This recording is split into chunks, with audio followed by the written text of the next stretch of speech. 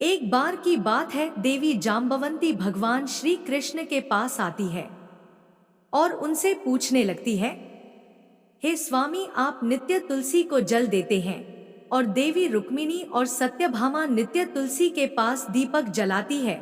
इसके पीछे क्या रहस्य है? कृपया आप मुझे तुलसी को जल देने का और तुलसी के पास दीपक जलाने का महात्म्य सुनाइए। भगवान श्री कृष्ण कहते हैं, हे देवी जाम्बवंती, तुमने अत्यंत महत्वपूर्ण प्रश्न पूछा है। देवी तुलसी लक्ष्मी का ही अवतार है। देवी तुलसी भगवान विष्णु को अत्यंत प्रिय है, इसीलिए यह मुझे भी सबसे अधिक प्रिय है। मासों में कार्तिक और वनस्पतियों में मुझे तुलसी प्रिय है। जो भी मनुष्य तुलसी को जल देता है उस पर मेरी कृपा सदैव बनी रहती है।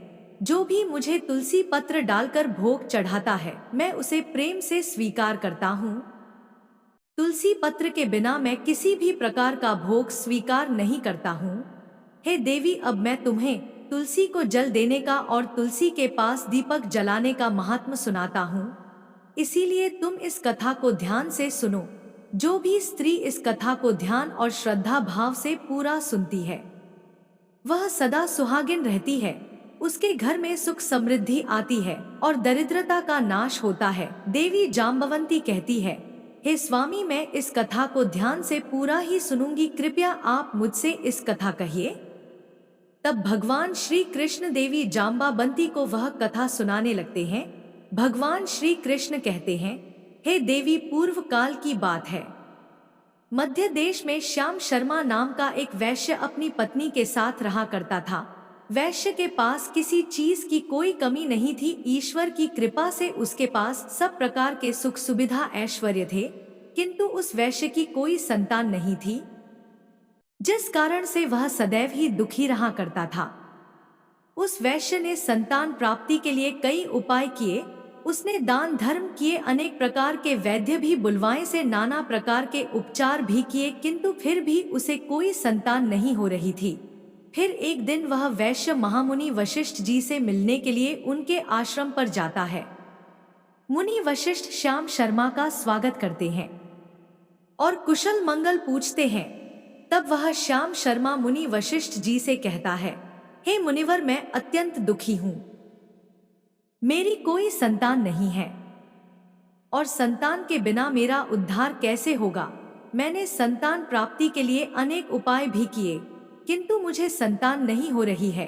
कृपया आप ही बताइए कि मुझे किस कारण से पुत्र की प्राप्ति नहीं हो रही है। क्या मुझसे जाने अनजाने में कोई पाप हुआ है? तब मुनि वशिष्ठ जी अपनी दिव्य दृष्टि से श्याम शर्मा के पूर्व जन्म के बारे में जान लेते हैं। वशिष्ठ जी कहते हैं, हे वत्स, पिछले जन्म में तुम्हारे द्वारा घोर पाप हो गया था, उसी कारण से तुम्हें इस जन्म में संतान सुख प्राप्त नहीं हो रहा है। श्याम शर्मा कहता है, हे मुनिवर, कृपया मुझे बताइए, पिछले जन्म में मुझसे कौन सा पाप हुआ था और उस पाप से मुक्त होने के लिए मुझे कौन सा उपाय करना चाहिए? वशिष्ठ जी कहते हैं, हे वत्स, पिछले जन्म में तुमने जो अपराध किया था उसके विषय में सुनो। पिछले जन्म में तुम एक अहंकारी वैश्य थे। तुम्हारा जन्म धनवान कुटुंब में हुआ था। तुमने पिछले जन्म में एक गाय को अत्यंत दुख दिया था। एक दिन एक गाय भूख और प्यास से व्याकुल होकर तुम्हारे द्वार पर आई थी, किंतु तुमने उस गाय को ना रोटी खिलाई, ना चारा खिलाया और ना ही उसे जलपान कराया। तुमने बड़ी ही निर्दयता से उस गाय को अपमानित करके घर से निकाल दिया। उस गाय ने अभी अभी बछड़े को जन्म दिया हुआ था और भूख से व्याकुल होने के कारण वह गाय वहीं पर मूर्छित होकर गिर पड़ी और उस दिन वह अपने बछड़े को दूध नहीं पिला पाई, इसीलिए उसी ने तुम्हें श्राप दे दिया था। उसी गाय के श्राप के कारण तुम्हारी ऐसी दुर्दशा हुई है। उस गाय के श्राप के कारण तुम्हें इस जन्म में संतान नहीं हो रही है। वशिष्ठ जी की बात सुनकर उस श्याम शर्मा को बड़ा दुख हुआ और वह स्वयं को कोसते हुए कहने लगा, हाय, यह मैंने क्या किया? एक बेचारी दुखी गौ माता की सेवा नहीं की। मैंने बहुत बड़ा अपराध किया है और उसी का दंड मुझे भोगना पड़ रहा है। श्याम शर्म वशिष्ठ जी से कहता है, हे मुनिवर, मुझसे बहुत बड़ा अपराध हुआ है।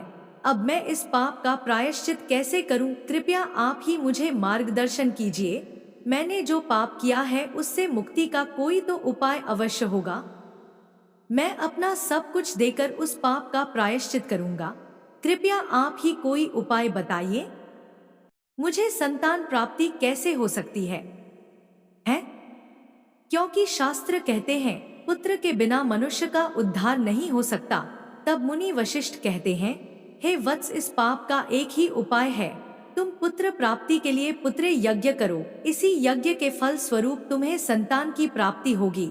इस यज्ञ को संपन्न करके तुम ब्राह्मणों को भोजन कराओ, वस्त्र और गाय का दान करो, तभी तुम्हें इस पाप से मुक्ति मिलेगी। तब श्याम शर्मा वशिष्ठ जी को धन्यवाद देते हुए कहता है, हे मुनिवर, आपका कोटि कोटि धन्यवाद। मैं आपके कहे अनुसार अवश्य ही पुत्र यज्ञ करूंगा और ब्राह्मणों को गायों का दान करूंगा। इतना कहकर वह श्याम शर्मा शीघ्रता से अपने घर पर लौट आता है और अपनी पत्नी को सारी बात बताता है। फिर वे दोनों ही पुत्र यज्ञ की तैयारी करते हैं। अनेक ऋषि मुनियों को निमंत्रण देकर वह श्याम शर्मा पुत्र यज्ञ संपन्न करता है और उन ऋषि मुनियों तथा ब्राह्मणों को गाय का दान करता है।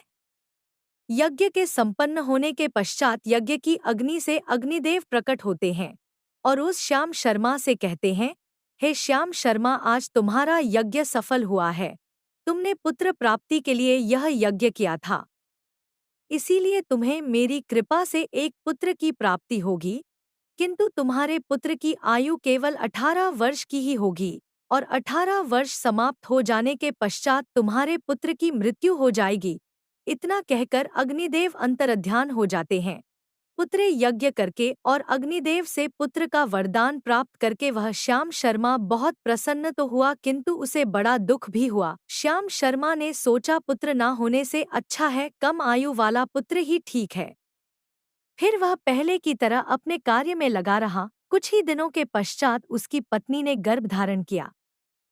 श्याम शर्मा ने पुत्र के जन्म से पूर्व किए जाने वाले सभी संस्कार किए और फिर उसे एक अत्यंत सुंदर पुत्र की प्राप्ति हुई।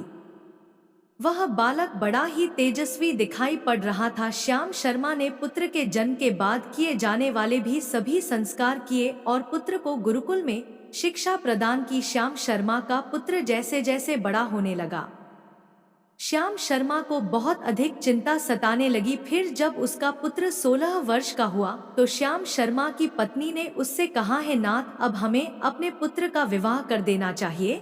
हमारा पुत्र अब विवाह योग्य हो गया है। श्याम शर्मा ने कहा, है प्रिय, विधि के विधान के अनुसार हमारे पुत्र की आयु केवल 18 वर्ष की ही है। 18 वर्ष के पश्चात हमारे पुत्र की मृत्यु हो जाएगी, इसीलिए हमें इसका विवाह करके किसी कन्या के जीवन को बर्बाद नहीं करना चाहिए। वह तो 2 वर्षों बाद विधवा हो जाएगी, फिर उसे जीवन में अनेक कष्ट सहन करने पड़ेंगे। लेकिन श्याम शर्मा की पत्नी नहीं मानी, वह अपने पुत्र का विवाह होता देख चाहती थी। श्याम शर्मा की पत्नी कहती है, हे नाथ, कुछ भी हो, मैं अपने पुत्र को अविवाहित मरते हुए देख नहीं सकती। हमारे पास किस चीज की कमी है? हमारी पुत्र वधू इस संपत्ति को प्राप्त करके सुखी जीवन जी सकती है। इसीलिए अब आप संकोच ना करें और हमारे पुत्र के लिए सुंदर कन्या की खोज करें। अपनी पत्नी के हट के आगे श्याम शर्मा की एक ना चली और फिर वह पुत्र के विवाह के लिए मान गया। फिर उसने पास ही के नगर में रहने वाले एक अत्यंत गरीब वैश्य की पुत्री के साथ अपने पुत्र का विवाह संपन्न किया। श्याम शर्मा की बहू का नाम सुभद्रा था। वह अत्यंत गुणवान, चरित्रवान और पतिव्रता नारी थी। वह अपने पति के मृत्यु की बात को नहीं जानती थी। सुभद्रा नित्य अपने सास ससुर और अपने पति की सेवा करने लगी। वह सभी के साथ बड़े प्रेम से रहती और कभी किसी की आज्ञा का उल्लंघन नहीं करती थी। उसने अपनी मधुर वाणी और कार्य कुशलता से सभी के मन को जीत लिया। इस प्रकार से 2 साल बीत गए और फिर वह समय निकट आ गया जब श्याम शर्मा के पुत्र की मृत्यु होने वाली थी। श्याम शर्मा को बड़ा भय लगने लगा। फिर एक दिन उसने अपनी बहू को बुलाया और उससे क्षमा मांगते हुए कहने लगा, बेटा सुभद्रा, तुम मुझे क्षमा कर देना, मैंने तुम्हारे साथ बड़ा अन्याय किया है। सुभद्रा ने कहा, पिताजी, आप ऐसा क्यों कह रहे हैं? आप मुझे क्षमा मांग लज्जित ना कीजिए। मैं आपसे छोटी हूँ, आपकी पुत्री के समान हूँ। कृपया आप संकोच ना करते हुए आपके मन में जो भी बात है वह कहिए, मैं आपकी आज्ञा का पालन अवश्य करूंगी। फिर श्याम शर्मा कहने लगा, हे पुत्री, तुम कल्याणी हो, तुम एक महान पतिव्रता हो, किंतु मेरे पुत्र के साथ तुम्हारा विवाह होने से पूर्व मैंने तुमसे एक बात छिपाई है। हमें पुत्र की प्राप्ति पुत्र यज्ञ करने के बाद हुई थी, और अग्निदेव ने हमें यह कहते हुए पुत्र प्राप्ति का आशीर्वाद दिया था कि हमारे पुत्र की आयु केवल 18 वर्ष की होगी। 18 वर्ष के बाद हमारे पुत्र की मृत्यु हो जाएगी। अपने ससुर की बात सुनकर सुभद्रा ने कहा, पिताजी, बस इतनी सी बात आप चिंता ना कीजिए। मैं आपको वचन देती हूँ कि आपकी पुत्र वधू में कभी विधवा नहीं होगी। आपके पुत्र के प्राणों की रक्षा मैं करूंगी। आप बस मुझे एक दीपक जल का घड़ा और एक गाय लाकर दीजिए। मेरे पति के प्राणों की रक्षा इन्हीं से होगी। सुभद्रा की बात सुनकर श्याम शर्मा को बड़ा आनंद हुआ और वह कहने लगा, बेटा, जैसी तुम्हारी इच्छा, मैं तुम्हें वह सब चीजें लाकर देता हूँ। इतना कहकर श्याम शर्मा ने अपनी बहू को वह तीनों चीजें लाकर दी।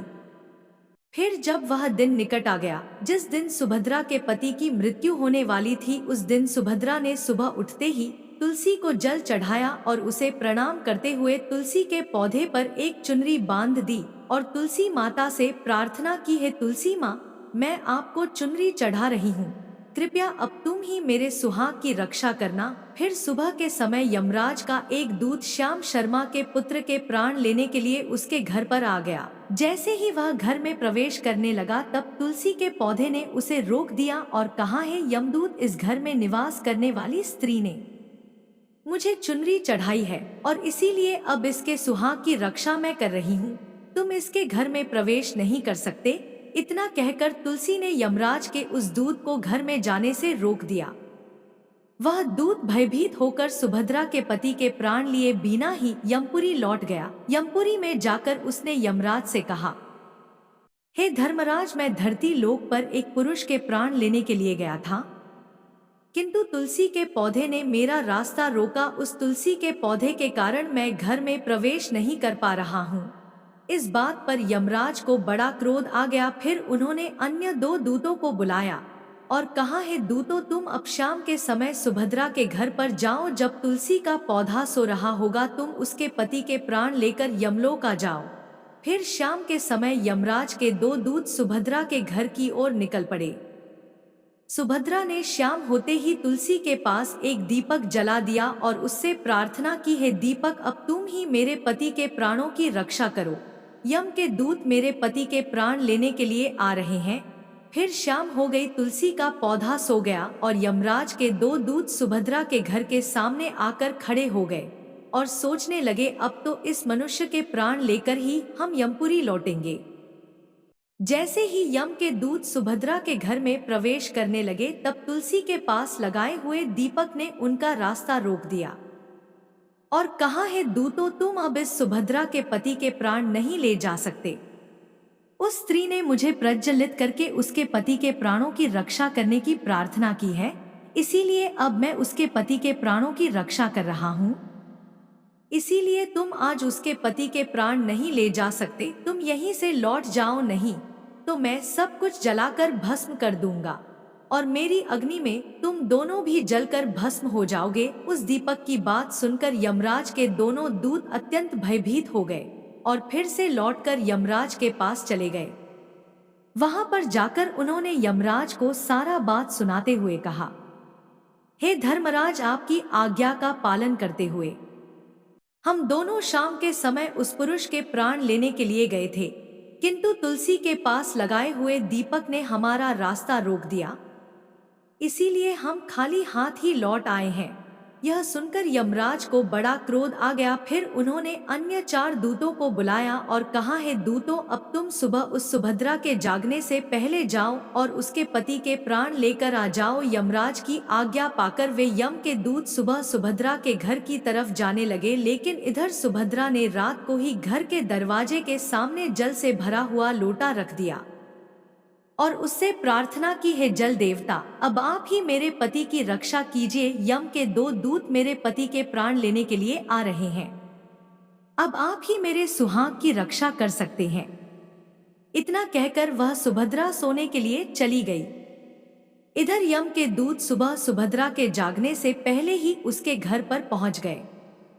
जैसे ही वे घर के अंदर प्रवेश करने लगे तब उस लोटे के अंदर भरे हुए जल ने कहा, है दूतों रुक जाओ, अब तुम इस घर में प्रवेश नहीं कर सकते। यह घर अब मेरी सुरक्षा में है। मैं सुभद्रा के पति के प्राण तुम्हें लेकर जाने नहीं दूंगा। अगर तुमने इस घर में प्रवेश किया तो मैं नरक की अग्नि को बुझा दूंगा, जिसमें सारा नरक लोक डूब जाएगा। यह सुनकर यमराज के वे चारों दूत घबरा गए और एक दूसरे की तरफ देखकर उस स्थान से चले गए। वे सभी यम के दूत यमराज के पास लौट गए और उनसे कहने लगे, हे धर्मराज, आपकी आज्ञा का पालन करने के लिए हम चारों सुबह सुभद्रा के जागने से पहले ही उसके पति के प्राण लेने के लिए पहुंच गए थे, किंतु सुभद्रा के घर के बाहर रखे हुए जल के लोटे ने हमारा मार्ग रोक लिया और इसी कारण से हम उसके घर में प्रवेश नहीं कर सके। अब यमराज को बहुत ही अधिक क्रोध आ गया। इस बार उन्होंने 8 यमदूतों को बुलाया और कहा, है यमदूतों, अब शीघ्रता से जाओ और बलपूर्वक उस मनुष्य के प्राण खींचकर यमलोक लेकर आओ। फिर वे 8 यमदूत यमराज की आज्ञा का पालन करते हुए पृथ्वी लोक पर उस सुभद्रा के घर के पास आते हैं तो देखते हैं उस सुभद्रा के घर के सामने एक गाय खड़ी है।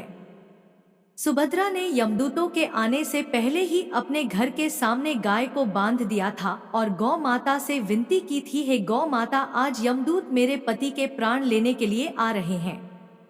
अब आप ही मेरे सुहाग की रक्षा कर सकती हो।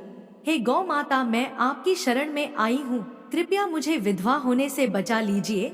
उस गाय ने कहा, है पुत्री, तुम चिंता मत करो, तुम्हारे पति के प्राणों की रक्षा मैं स्वयं करूंगी। मेरे होते हुए यम के दूत तुम्हारे घर में प्रवेश नहीं कर पाएंगे, इसीलिए तुम चिंता से मुक्त होकर घर में अपने पति की सेवा करो। फिर जैसे ही वे यमदूत घर के अंदर प्रवेश करने के लिए आगे बढ़ते हैं तब वह गाय उन्हें रोक देती है और कहती है, हे यमदूतों, तुम यहीं से लौट जाओ, इस घर में तुम लोग प्रवेश नहीं कर सकते। इस घर की रक्षा मैं कर रही हूँ, मेरे रहते कोई भी इस घर के अंदर प्रवेश नहीं कर सकता। यदि तुमने घर के अंदर प्रवेश करने का प्रयत्न किया तो मैं तुम सभी को श्राप दे दूंगी। अगर तुम्हें इस घर के अंदर प्रवेश करना है तो तुम्हें पहले मेरे प्राण लेने पड़ेंगे और तुम सभी को गौ हत्या का पाप लगेगा, जिसका कोई प्रायश्चित नहीं है।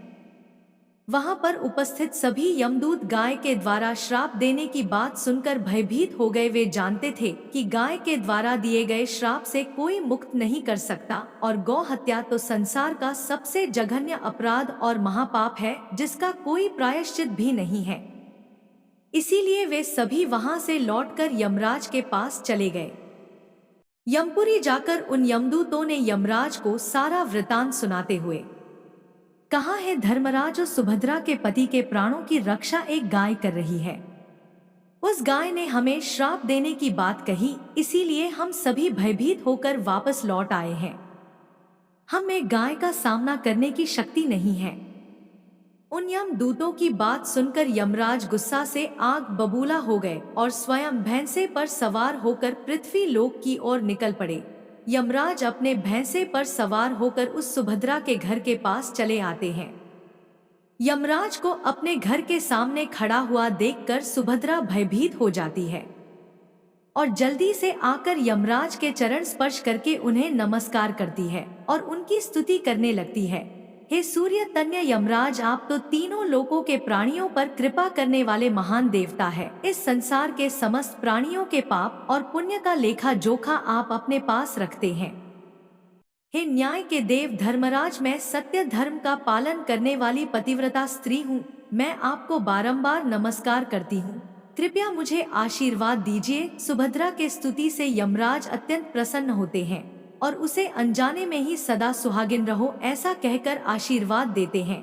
फिर जब यमराज सुभद्रा के पति के प्राण ले जाने के लिए आगे बढ़ते हैं तो सुभद्रा कहती है, हे धर्मराज, आपने अभी मुझे सदा सुहागिन रहने का आशीर्वाद दिया और अब आप मेरे पति के प्राण लेने जा रहे हैं। इससे तो आपका आशीर्वाद झूठा साबित हो जाएगा। यह सुनकर धर्मराज रुक जाते हैं और सुभद्रा की ओर देखकर मुस्कुराने लगते हैं। सुभद्रा के निर्मल हृदय और अपने पति के प्रति समर्पण भाव को देखकर यमराज अत्यंत प्रसन्न होते हैं। सुभद्रा की ओर देखकर यमराज कहते हैं, हे पुत्री, आज तुमने साक्षात मृत्यु को ही पराजित किया है। मैं तुम्हारे पतिव्रता धर्म से अत्यंत प्रसन्न हूँ। अब मैं तुम्हारे पति के प्राण बख देता हूँ। तुम्हारी जो भी मनोकामना है वह मुझसे मांग लो। तब सुभद्रा ने कहा, हे धर्मराज, मैं अपने पति के लिए 100 वर्ष की आयु मांगती हूँ। मेरे लिए मेरे पति ही परमेश्वर है। मैं अपने पति को छोड़कर जीवित नहीं रह सकती, इसीलिए आप मुझे यही वरदान दीजिए। तब यमराज प्रसन्न होकर कहते हैं, तथास्तु। हे कल्याणी, आज से जो भी स्त्री अपने घर के सामने तुलसी का पौधा लगाती है, तुलसी के पास शाम को दीपक जलाती है, जिस घर के सामने गाय बंधी होती है और जो स्त्री अपने घर के सामने जल का लोटा रखती है, उसके घर में कभी मेरे दूत प्रवेश नहीं करेंगे। इतना कहकर यमराज उस स्थान से अंतर्ध्यान हो जाते हैं। भगवान श्री कृष्ण कहते हैं, हे देवी, इस प्रकार से उस सुभद्रा ने अपने पतिव्रता धर्म का पालन करके उसकी मृत्यु को टाल दिया था। इसीलिए जो भी स्त्री अपने घर के सामने तुलसी का पौधा लगाती है, रोज शाम को तुलसी के पास दीपक जलाती है, उसके घर में मृत्यु प्रवेश नहीं करती है। जिस घर के सामने गाय बंधी होती है, उस घर में कभी दुख दरिद्रता नहीं आती है। जो स्त्री अपने घर के सामने जल से भरा हुआ लोटा रखती है, उसके घर में कभी शोक नहीं होता है। तो मित्रों, इस प्रकार से भगवान श्री कृष्ण ने देवी जाम्बवंती को तुलसी के पास दीपक जलाने का महत्व सुनाया है।